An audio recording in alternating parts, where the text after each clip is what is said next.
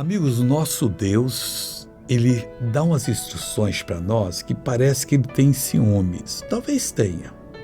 Porque diz assim, não confieis em príncipe, mas eu não vejo por ciúme não, eu vejo isso é uma sábia orientação, porque a gente pensa, porque a pessoa é um obreiro na casa de Deus, é um pastor, que só sai da boca dele aquilo que é bom.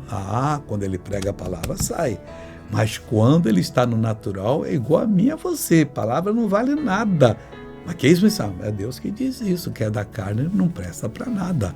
Ele diz da seguinte maneira, não confieis em príncipes e nem nos filhos de homens, acabou.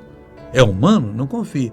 E se um anjo aparecer de um anjo, não vai aparecer para você, a não ser que Deus mande, mas se você for bem espiritual, que ele não vai fazer isso para qualquer pessoa, não.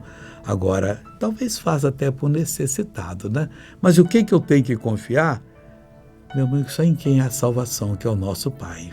E aí nós vamos ser bem-sucedidos. Veja essa pessoa que tem uma bênção que quer contar e eu já volto. O que aconteceu? Jesus curou meu filho no momento que o Senhor falou. Como é que era o pezinho dele? Era todo, totalmente pra dentro, mas Jesus fez a obra agora. Olha que coisa bonita aqui, pessoal. Glória a Deus, aleluia, eu tô muito feliz, eu não sei nem como agradecer ao Senhor. É Jesus, só não agradece. Qual a idade dele? Vai fazer 2 meses. O nome dele?